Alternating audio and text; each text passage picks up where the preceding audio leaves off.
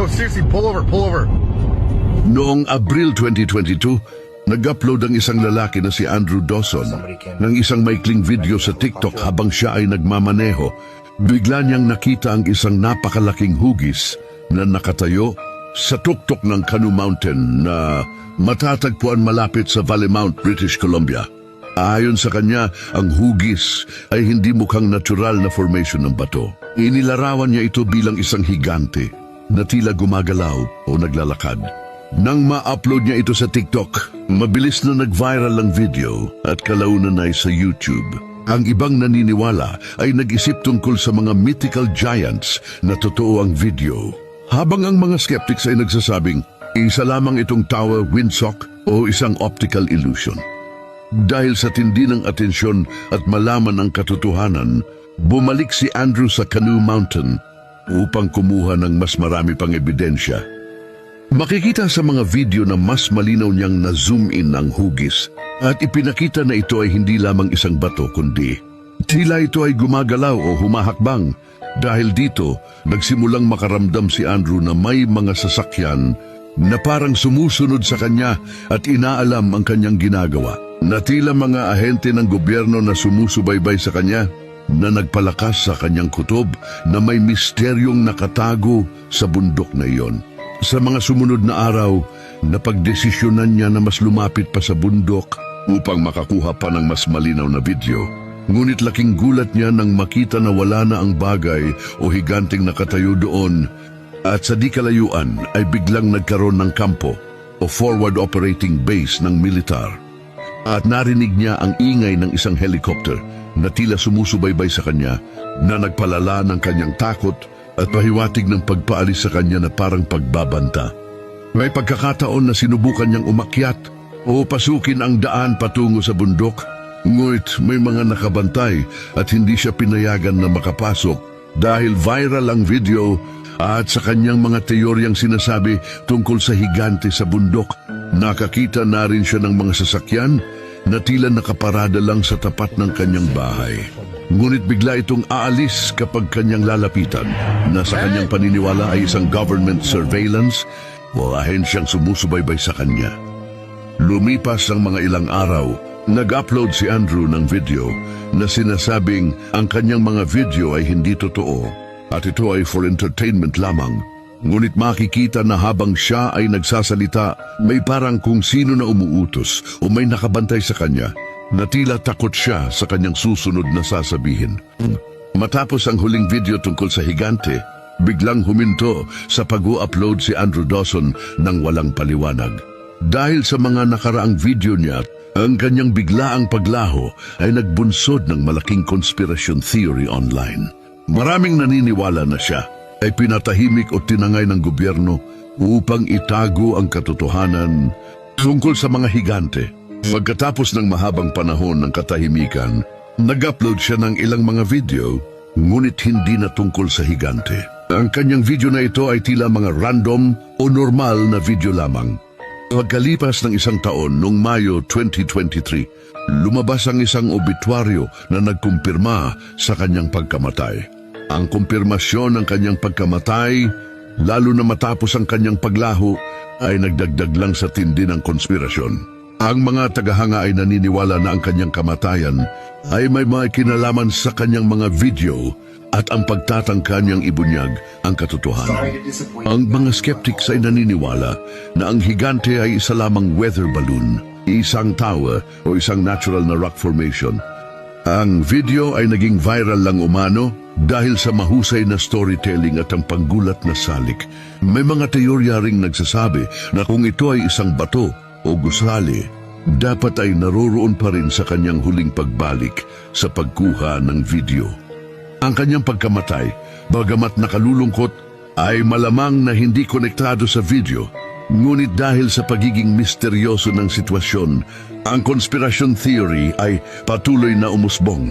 Sa ngayon, ang kwento ni Andrew Dawson ay nananatiling isa sa mga pinakatanyag at pinakamisteryosong conspiracy theories sa social media.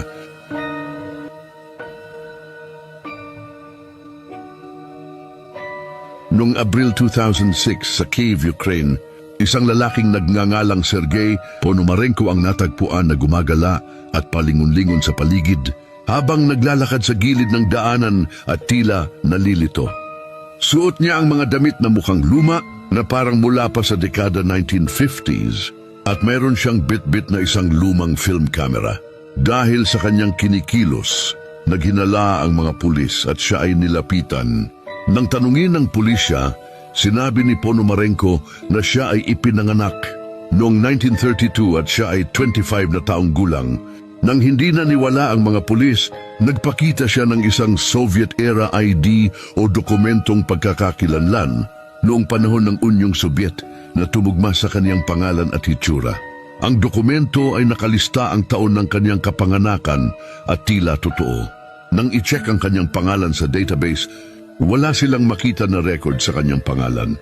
Ngunit mayroong kasong missing na tao o nawawala noong 1958 na kapangalan niya mismo. Nung tinanong siya ng mga pulis kung paano siya napunta sa ibang panahon, ikinuwento ni Ponomarenko na ilang minuto lang bago siya napunta sa 2006. Siya ay nasa taong 1958 at naglalakad kasama ang kaniyang kasintahan na si Valentina Curish. Sabi niya na habang naglalakad sila at namamasyal sa gilid ng park, nakakita sila ng isang lumulutang na bilog na bagay o unidentified flying object sa himpapawid at kinuha niya ito ng litrato gamit ang kaniyang lumang kamera. Pagkatapos niyang kunan ng larawan ng bagay na iyon, bigla siyang nalipat sa panahon ng taong 2006. Dahil sa kanyang kwento, nagduda ang pulisya na siya ay nasisiraan at gumagawa lamang ng kwento upang makalusot. Kinuha ng pulisya at ng isang psychiatrist ang lumang kamera ni Ponomarenko upang ipadevelop ang film. Nang madevelop ang larawan, laking gulat ng maito nang makita ang mga tanawin ng Kiev ng dekada 1950s at isang larawan ni Ponomarenko kasama si Valentina, ang kaniyang kasintahan. Upang mapatunayan ang kanyang kwento, ay hinanap at sinubaybayan ng pulisya ang babae sa larawan na maaaring ito ay buhay pa. Nang mahanap nila si Valentina Curish, na sa oras na iyon siya ay isa ng matandang babae, nasa 70s ang edad. Kinumpirma niya na si Ponomarenko ang kaniyang kasintahan na misteryosong nawala noong 1958. Habang si Ponomarenko ay nasa isang psychiatric clinic para obserbahan dahil sa kaniyang mga kwento, siya ay inilagay sa isang kwarto para sa kanyang kaligtasan. Makalipas ang ilang oras, bigla siyang naglaho mula sa kaniyang silid. Ipinakita sa security camera na pumasok siya sa silid. Ngunit wala siyang record ng paglabas. Ang kwento ay naging viral at isa sa pinag-uusapan tungkol sa time traveler. Bagamat nakakakilabot at nakakapagtaka ang kwento, marami ang nagsasabi na ito ay isang panloloko o gawa-gawa lamang. Ngunit ito ay nagiwan ng isang basihan at mga teorya ng mga naniniwala sa time travel at sa iba pang katulad ng ganitong kwento. Naniniwala sila na mayroong theoretical na paraan upang makapaglakbay, pabalik o pasulong o mas malayong panahon gamit ang wormholes na tinatawag ding Einstein-Rosen bridges na mga shortcut sa space-time at ito raw ay hindi malabong mangyari. Sa buod ang epekto ng kwento ay nagbigay aliw sa marami. Nagpasimula ng online debate tungkol sa katotohanan at sci-fi at nagpakita kung paanong ang isang mahusay na pagkagawa ng kwento ay maaaring maging isang matagumpay na urban legend sa buong mundo.